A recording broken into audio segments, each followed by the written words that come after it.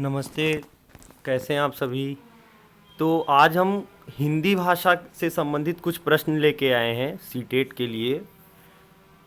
तो पहले प्रश्न से शुरू करते हैं। बच्चे अपनी मातृभाषा का प्रयोग करते हुए हिंदी भाषा की कक्षा में अपनी बात कहते हैं, यह बात कैसी है। मतलब जो बच्चे होते हैं वो हिंदी भाषा की कक्षा में जब भी बात करते हैं तो अपनी मातृभाषा का भी प्रयोग करते हैं, तो यह बात कैसी है। स्वाभाविक है, निंदनीय है, विचारणीय है कि अनुचित। तो देखिए, यह बात हमेशा स्वाभाविक होती है कि बच्चे अपनी मातृभाषा का प्रयोग करेंगे, तो इसलिए इसमें हमारा विकल्प नंबर 1 सही हो जाएगा। अगला प्रश्न है, भाषा अर्जित करने के संदर्भ में कौन सा कथन उचित नहीं है। कि बच्चे जब भाषा अर्जित करते हैं तो उससे जुड़ी कौन सी बात यहाँ पे सही नहीं है। तो पहला है, यह एक सह प्रक्रिया है। दूसरा है, यह एक स्वाभाविक प्रक्रिया है। तीसरा है, बच्चे भाषा के नियमों को आत्मसात करते हैं। चौथा है, बच्चों को नियम बनाना सिखाया जाता है। तो देखिए, बच्चों को नियम बनाना सिखाया नहीं जाता और बाकी सारी चीज़ें सही हैं, मतलब कि सही होती हैं तो भाषा के संदर्भ में। तो इसमें विकल्प हमारा डी सही हो जाएगा कि बच्चों को नियम बनाना सिखाया जाता है, यह उचित कथन नहीं है। अगला प्रश्न है, भाषा सीखने और भाषा अर्जित करने में अंतर का मुख्य आधार है। मतलब भाषा को सीखना और भाषा को अर्जित करना, इसमें जो मुख्य अंतर होता है वो क्यों होता है, तो वो होता है भाषा का उपलब्ध परिवेश। उपलब्ध परिवेश मतलब किस माहौल में, किस वातावरण में बच्चा रह रहा है, उस पर निर्भर करता है कि बच्चा भाषा कैसे सीखेगा या कैसे अर्जित करेगा। अगला प्रश्न है, प्राथमिक स्तर पर हिंदी भाषा सिखाने के लिए सबसे अधिक ज़रूरी है। कि शुरू मतलब कक्षा 1 से 5 तक के बच्चों के लिए कोई भी भाषा सिखाने के लिए सबसे ज़्यादा क्या ज़रूरी है, तो सबसे ज़्यादा जो ज़रूरी है वो है कक्षा में प्रिंट समृद्ध परिवेश का होना। प्रिंट समृद्ध परिवेश मतलब कि किताबें, पत्रिकाएं, बाल साहित्य और जो कार्टून वगैरह की जो किताबें होती हैं या दीवारों पे जो चीज़ें छपी होती हैं, उसका होना बहुत ज़्यादा ज़रूरी होता है बच्चे, क्योंकि उन सब चीज़ों से बहुत अधिक सीखते हैं। चौथा जो है वो है चौथा प्रश्न है, बच्चे बोलचाल की भाषा का अनुभव लेकर विद्यालय आते हैं। इसका निहितार्थ है कि देखिए, बच्चे जब स्कूल आते हैं पढ़ने तो उनको बोलना बोलना आता रहता है, उसका अनुभव उनके पास होता है। तो इससे क्या हम अर्थ निकाल सकते हैं कि बच्चों को बोलचाल की भाषा न सिखाई जाए, बच्चों की बोलचाल की भाषा को सुधारा जाए, बच्चों के भाषाई अनुभवों का उचित प्रयोग किया जाए, या बच्चों की भाषाई अनुभवों को कक्षा के बाहर रखा जाए। तो देखिए, बच्चों के भाषाई अनुभवों का उचित प्रयोग किया जाना चाहिए हमेशा हमको।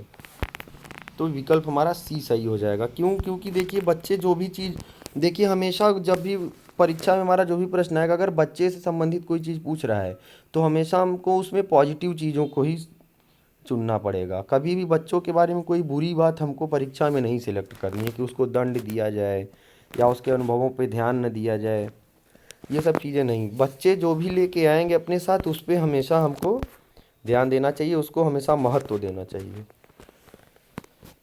अगला है, भाषा सीखने सिखाने में आप किसे सबसे अधिक महत्वपूर्ण मानते हैं। तो देखिए, भाषा सीखने या भाषा सिखाने में सबसे अधिक जो महत्वपूर्ण बात होती है वह होती है सामाजिक अंतःक्रिया। मतलब बच्चा समाज में कितना एक दूसरे के साथ घुल मिल के रहता है, अपने दोस्तों के साथ, अपने माँ बाप के साथ या अपने आस पड़ोस में, उस पर बहुत ज़्यादा निर्भर करता है कि बच्चा भाषा कैसे सीखेगा। अब देखिए, एक जीन पियाजे जी थे हमारे मनोवैज्ञानिक, इन्होंने संज्ञानात्मक विकास पे बहुत ज़्यादा ध्यान दिया था। तो इन्होंने कहा था कि जो बच्चा होता है वो अहम केंद्रित वाक करता है, मतलब बच्चा स्वयं से बात करता है हमेशा। मतलब जब भी बच्चा भाषा सीखता है तो वो खुद से बात करता है।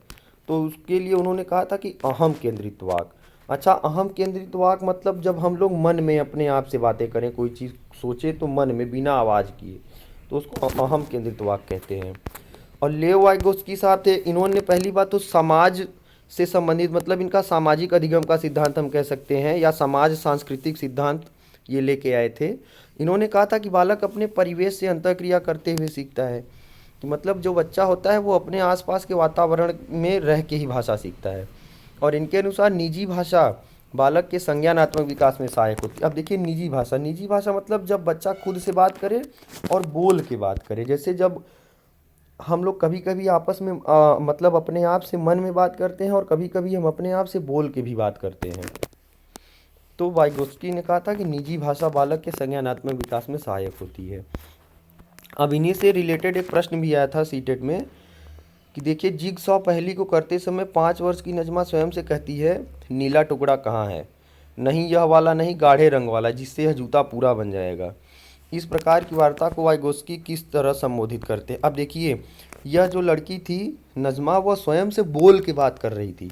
तो बोल के बात कर रही थी, इसका मतलब वह व्यक्तिगत वार्ता कर रही थी, निजी वार्ता कर रही थी, मतलब वो खुद से बात कर रही थी।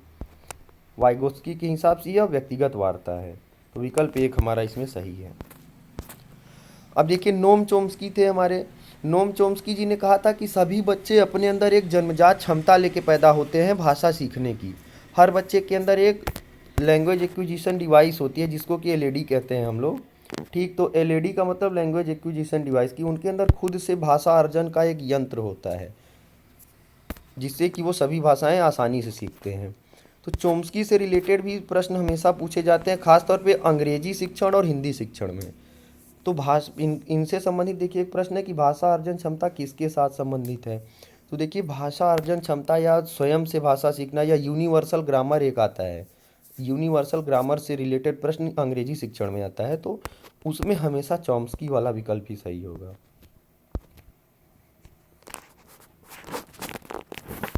अगला प्रश्न हमारा, वाइगोस्की ने भाषा विकास का कौन सा परिप्रेक्ष्य प्रस्तुत किया? तो इन्होंने समाज सांस्कृतिक परिप्रेक्ष्य प्रस्तुत किया था। मैंने अभी ऊपर बताया था कि वाइगोस्की ने समाज सांस्कृतिक परिप्रेक्ष्य प्रस्तुत किया, या सामाजिक अधिगम भी कह सकते हैं। ये प्रश्न भी अक्सर पूछा जाता है। अगला है, भाषा सीखने सिखाने की प्रक्रिया में सबसे कम महत्वपूर्ण क्या है? अब देखिए, कोई भी भाषा जब हम सीखते हैं या सिखाते हैं, तो सबसे कम महत्वपूर्ण होती है उस भाषा की पाठ्य पुस्तक। क्योंकि पाठ्य पुस्तक के बिना भी हम लोग भाषा सीख सकते हैं, लेकिन भाषा का आकलन, भाषा का शिक्षण की पद्धति या भाषा का प्रयोग, ये बहुत महत्वपूर्ण होता है। तो सबसे कम महत्वपूर्ण क्या है? भाषा की पाठ्य पुस्तक। अगला है कि भाषा शिक्षक के लिए जरूरी है कि वे भारतीय भाषाओं की विविधता को स्वीकार करें और समृद्ध साहित्य की सराहना की दृष्टि से देखें। तो इस विकल्प हमारा 3 सही हो जाएगा। क्यों? क्योंकि देखिए, जो भारत है, भारत देश में कई सारी भाषाएं बोली जाती हैं। तो भारत की भाषाओं की जो विविधता है, उसको हमेशा हमको स्वीकार करके चलना चाहिए, और जो इतना समृद्ध साहित्य है उसकी हमेशा सराहना करनी चाहिए। तो विकल्प 3 हमारा इसमें ठीक रहेगा। अगला प्रश्न, हिंदी भाषा शिक्षक का यह प्रयास होना चाहिए कि अगर कोई भाषा का शिक्षक है जो हिंदी पढ़ा रहा है, तो उसको क्या प्रयास करना चाहिए? कि वह बच्चों की भाषा संबंधी सहज रचना शक्ति को बढ़ने के अवसर दें। अब देखिए, यही विकल्प हमारा सही रहेगा कि बच्चों को सदैव हमको विकल्प देना चाहिए, उनको स्वयं से करने के लिए उनको प्रेरित करना चाहिए। तो हमें ये विकल्प हमारा हमेशा सही हो जाएगा कि करके सीखे बच्चे। अगला प्रश्न है, सार्थक पढ़ते समय कभी कभी वाक्यों शब्दों की पुनरावृत्ति करता है। मतलब कोई एक लड़का है सार्थक, वो जब पढ़ने लगता है कोई चीज़, तो वह कोई वाक्य एक बार पढ़ के दोबारा भी उसको पढ़ता है। तो यह भाषाई व्यवहार दर्शाता है। तो इससे हमको क्या पता चलता है? कि वह पढ़ने में अधिक समय लेता है, वह अटक अटक कर ही पढ़ सकता है, वह समझ के साथ पढ़ने की कोशिश करता है, या उसे लंबे शब्दों को पढ़ने में कठिनाई होती है। अब देखिए, कोई भी जब भी हम बच्चे के बारे में बात करेंगे, तो कभी भी बच्चे से जुड़ी निगेटिव चीज़ हमको नहीं देखनी है, बच्चे से जुड़ी पॉजिटिव चीज़ हमको ढूंढनी होती है। तो मतलब वह पढ़ नहीं पाता, या वो पढ़ना नहीं चाहता है, या वो मंद बुद्धि, ये हमको कभी नहीं देखना है, हमको उसमें से पॉजिटिव ढूंढना। तो देखिए, अगर कोई बच्चा कोई चीज़ दोहरा के पढ़ रहा है, तो इसका मतलब वो समझ के साथ पढ़ने की कोशिश कर रहा है। ठीक है, तो विकल्प 3 हमारा इसमें सही रहेगा। अगला प्रश्न हमारा कि भाषा का अति महत्वपूर्ण प्रकार है। अब देखिए, इनमें से भाषा का सबसे महत्वपूर्ण प्रकार क्या है? सुनना, अक्षर ज्ञान, संप्रेषण या लेखन? अब देखिए, इसमें से जो संप्रेषण वाला विकल्प है, ये सबसे ज़्यादा सही है। क्यों? क्योंकि संप्रेषण के अंतर्गत ही बाकी सारी तीनों चीज़ें आ जाएंगी। सुनना भी आ जाएगा, अक्षर ज्ञान, लेखन, तीनों चीज़ें संप्रेषण के अंतर्गत ही हमारे आ जाएंगी। तो विकल्प हमारा 3 संप्रेषण सही रहेगा, कि संप्रेषण जो है वो भाषा का सबसे महत्वपूर्ण प्रकार है। अगला है, भाषा सीखने के संदर्भ में कौन सा कथन सही है? कि अगर भाषा जब सीखते हैं तो इनमें से कौन सी बात सही है कि बच्चों में भाषा अर्जित करने की जन्मजात क्षमता होती है। दूसरा है बच्चों में भाषा अर्जित करने की जन्मजात क्षमता नहीं होती। तीसरा है बच्चे विद्यालय आकर ही भाषा सीखते हैं। या चौथा है बच्चे विभिन्न संचार माध्यमों से ही भाषा सीखते हैं। अब देखिए, बच्चे जो होते हैं ना, उनके अंदर भाषा अर्जित करने की क्षमता जन्मजात होती है, ऐसा नोम चॉम्स्की ने भी कहा था। अभी हमने ऊपर पढ़ा भी उनके बारे में। तो इसमें इसलिए विकल्प हमारा एक सही हो जाएगा। हाँ, बच्चे विभिन्न संचार माध्यमों से भी सीखते हैं, लेकिन केवल इसी से सीखते हैं ऐसी कोई बात नहीं है, इसलिए विकल्प एक ही हमारा सही है। अगला है बहुभाषी कक्षा में बच्चों की भाषाएं। अब एक ऐसी कक्षा जिसमें कई सारी भाषाएं बोलने वाले बच्चे हैं, तो ऐसी कक्षा में जो बच्चों की खुद की भाषा होती है वह कैसी होती है? तो एक संसाधन के रूप में कार्य कर सकती है, या शिक्षक के लिए बेहद जटिल चुनौती है, या आकलन की प्रक्रिया को बाधित करती है, या भाषा सीखने की प्रक्रिया को बाधित करती है। तो देखिए, मैंने ऊपर भी बताया था कि बच्चे से संबंधित अगर कोई भी चीज़ रहे तो हमेशा हमको उसमें पॉजिटिव चीज़ ढूंढनी चाहिए। तो मतलब इसका विकल्प एक सही है कि बच्चों की जो भाषाएं होती हैं वो हमेशा संसाधन के रूप में काम करती है, मतलब उसको हम लोग इस्तेमाल कर सकते हैं, उसका प्रयोग करके बच्चों को दूसरी भाषाएं सिखाई जा सकती हैं। तो इसलिए विकल्प एक हमारा इसमें सही है। अगला है डिस्ग्राफिया से प्रभावित बच्चों को मुख्य रूप से किसमें कठिनाई होती है? अब देखिए, जो बच्चा डिस्ग्राफिया से प्रभावित होता है ना, उसको हमेशा लिखने में कठिनाई होती है। तो ग्राफ से याद रखिएगा, ग्राफ में हम लोग कुछ बनाते हैं, खींचते हैं, तो डिस्ग्राफिया से जो बच्चा पीड़ित होता है वो लिखने की में कठिनाई अनुभव करता है। यह प्रश्न भी अक्सर करके पूछा जाता है। अब देखिए, भाषा केवल अभिव्यक्ति का माध्यम ही नहीं बल्कि स्वयं से बातचीत करने का भी माध्यम है। ठीक है, अब लिखना, पढ़ना और सुनना ये इसी के अंदर आ जाएंगे, ये भाषा के कौशल हैं। और अभिव्यक्ति के अलावा ये बातचीत का भी माध्यम है, स्वयं से भाषा। अगला है भाषा सभी विषयों के पढ़ने अध्यायों केंद्र या प्रारंभ। तो देखिए, भाषा जो है वो सभी विषयों के केंद्र में है, मतलब कोई भी विषय जब हम लोग पढ़ते हैं तो उसके केंद्र में हमेशा भाषा होती है, उसके बिना हम लोग नहीं पढ़ सकते। तो इसलिए विकल्प हमारा 3 केंद्र सही रहेगा। अगला प्रश्न है कोई भाषा किसी भी लिपि में लिखी जा सकती है, इस कथन पर आपकी क्या राय है? तो देखिए, कोई भी भाषा किसी भी लिपि में लिखी जा सकती है, तो इसमें विकल्प हमारा जो चौथा दिया है कि भाषा और लिपि के बीच एक सीधा संबंध है, यही विकल्प सही होगा कि कोई भी जो भाषा होती है और जो लिपि होती है उन दोनों के बीच में एक सीधा संबंध होता है। अगला प्रश्न है हिंदी के पाठों में अन्य भाषाओं के शब्दों के होने का अर्थ है। कि अब देखिए, जैसे हिंदी की हम लोग किताब पढ़ रहे हैं और उसमें दूसरी भाषाओं के भी कहीं कहीं शब्द दिखाई पड़ जाते हैं, तो इसका क्या अर्थ होता है? कि पाठ का लेखक हिंदी नहीं जानता, या पाठ समाज के बहुभाषी स्वरूप की सहज प्रस्तुति है, तीसरा है पाठ कठिन और अस्पष्ट है, या चौथा विद्यार्थियों को शुद्ध भाषा नहीं सिखाई जा रही। तो मतलब इसमें देखिए, अगर हिंदी के पाठों में अन्य भाषा के शब्द दिखाई देते हैं तो इससे पता चलता है कि हमारा समाज बहुभाषिक है, मतलब हमारे समाज में कई सारी भाषाएं चलती हैं, तो उसी से संबंधित वह पाठ लिखा गया है, उसी के लिए लिखा गया है। तो इसलिए विकल्प 2 हमारा सही हो जाएगा कि पाठ समाज के बहुभाषी स्वरूप की सहज प्रस्तुति है। अगला प्रश्न है कि प्राथमिक स्तर के बच्चों के भाषा विकास की दृष्टि से सर्वाधिक महत्वपूर्ण है, कि मतलब जो छोटे बालक होते हैं, अगर उनको भाषा सिखानी है, उनकी भाषा का विकास हमें करवाना है, तो सबसे महत्वपूर्ण क्या चीज़ होती है? पाठ्य पुस्तक, समाचार पत्र, बाल साहित्य या पत्रिका? अब देखिए, जो पाठ्य पुस्तक होती है उसमें कुछ सीमित चीज़ें होती हैं, तो पाठ्य पुस्तक नहीं हो सकता। समाचार पत्र, अभी बच्चा उतना बड़ा नहीं हुआ है कि वह समाचार पत्र पढ़ सके। तीसरा है बाल साहित्य, बाल साहित्य सबसे सही विकल्प है। अब क्यों? क्योंकि बाल साहित्य में कविताएं, कहानियाँ, लोकगीत, तरह तरह की चीज़ें और कई सारी भाषाओं और कई सारे क्षेत्रों से संबंधित चीज़ें आ जाती हैं, तो इसमें भाषा का एक बहुत मतलब समृद्ध परिवेश मिलता है बच्चे को। और पत्रिका पढ़ने का अभी कोई औचित्य नहीं है इस उम्र में बच्चों के लिए, तो सबसे सही विकल्प हमारा बाल साहित्य होगा। ये प्रश्न भी अक्सर पूछा जाता है। अगला है प्राथमिक स्तर के बच्चों के लिए पाठ्य पुस्तक के निर्माण में आप सर्वाधिक महत्वपूर्ण किसे मानते हैं? कि मतलब अगर आपको कह दिया जाए कि आप कक्षा 3 की, चलिए मान लीजिए, किताब लिखिए हिंदी की, तो आप सबसे ज़्यादा किस पे ध्यान देंगे? प्रसिद्ध लेखक, प्रसिद्ध रचनाएं, भाषा की विभिन्न रंगतें या भाषा का विविध गद्य साहित्य।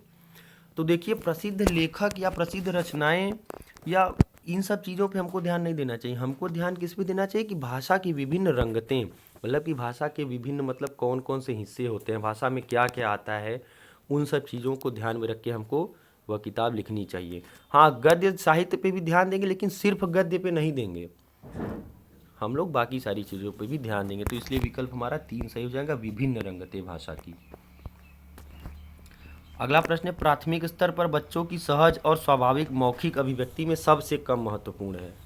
अब देखिए, जब बच्चे प्राथमिक स्तर पर कोई चीज़ बोलते हैं मौखिक तौर पे, तो सबसे ज़्यादा कम हम किस पे ध्यान देते हैं? तो सबसे ज़्यादा हम कम ध्यान देते हैं स्पष्टता पर, कि वो बच्चा स्पष्ट बोल रहा है कि नहीं बोल रहा है, इस पे हम कम ध्यान देंगे। उसके अलावा शुद्ध उच्चारण पे भी ध्यान देंगे, बोलने में आत्मविश्वास पे भी ध्यान देंगे और मौलिक विचार पे भी ध्यान देंगे। लेकिन जो स्पष्टता होती है, इस पे ध्यान इसलिए नहीं देते क्योंकि अभी बच्चा उस उम्र में होता है कि वह स्पष्ट हो सकता है कि ना बोल पा रहा हो। अगला प्रश्न है कि प्राथमिक स्तर पर भाषा शिक्षण का उद्देश्य है, कि प्राथमिक स्तर पर जो बच्चा भाषा सीखता है उसका उद्देश्य क्या होता है? कि विभिन्न साहित्यिक विधाओं और रचनाओं और रचनाकारों के नाम याद करना। अब देखिए, याद करना अपने आप में एक निगेटिव वर्ड है, तो इसको हम लोग हमेशा गलत लेके चलेंगे। दूसरा है, विषय सामग्री के माध्यम से केवल कठिन शब्दों के अर्थ जानना। केवल जहाँ आ जाए ये भी अपने आप में निगेटिव वर्ड है, और कठिन शब्दों के ही अर्थ जानना, बाकी ये शब्दों के अर्थ ना जानना, ये भी गलत बात है। तीसरा है, दूसरे के विचारों को शब्दशः दोहराने मात्र की कुशलता का विकास। अब देखिए, मात्र और दोहराना ये दोनों भी अपने आप में निगेटिव वर्ड हैं, तो इसलिए ये विकल्प भी नहीं सही होगा। और चौथा है, पठन के द्वारा ज्ञानार्जन एवं आनंद प्राप्ति में समर्थ बनाना। तो यही विकल्प हमारा सही होगा कि बच्चों को जब भी हम भाषा सिखाते हैं तो उसका उद्देश्य होता है कि बच्चे उस भाषा के द्वारा अपने आप में कुछ क्षमता लेकर आएँ और कुछ चीज़ें सीखें। तो इसलिए विकल्प 4 हमारा सही होगा। अगला प्रश्न है, विश्व की सभी भाषाएं थोड़े से फेरबदल से एक ही लिपि में लिखी जा सकती हैं, यह कथन कैसा है? देखिए, ये जो प्रश्न था ये थोड़ा सा मतलब डिस्प्यूटेड प्रश्न था। सीटेट की आंसर की में कुछ और था, बाकी सारे लोगों का कुछ और कहना था। तो मेरे हिसाब से कि विश्व की सभी भाषाएं थोड़े से फेरबदल से एक ही लिपि में लिखी जा सकती है, मतलब अगर सभी भाषाओं में थोड़ा बहुत बदलाव करें तो एक ही लिपि में सब भाषाएं लिखी जा सकती हैं। तो यह कथन कैसा है? यह कथन पूर्णतः सत्य नहीं है, पूर्णतः सत्य नहीं है। यह विकल्प हमारा सही हो जाएगा। तो चलिए, ये आज का आखिरी प्रश्न था। तो उम्मीद करता हूँ आप लोगों को चीज़ें समझ में आ रही हैं। और देखिए, जो भी बात समझ में ना आया करिए वो आप लोग प्लीज़ एक बार कमेंट में आके ज़रूर बता दीजिएगा हमको। और ध्यान से थोड़ा पढ़ाई कीजिए, क्योंकि एग्ज़ाम अब बहुत पास आ गया है आप लोगों का, और यूपी टेट की भी नोटिफिकेशन जल्दी आने वाली है। तो उम्मीद करता हूँ आप लोग अच्छे से तैयारी कर रहे होंगे। Thank you so much.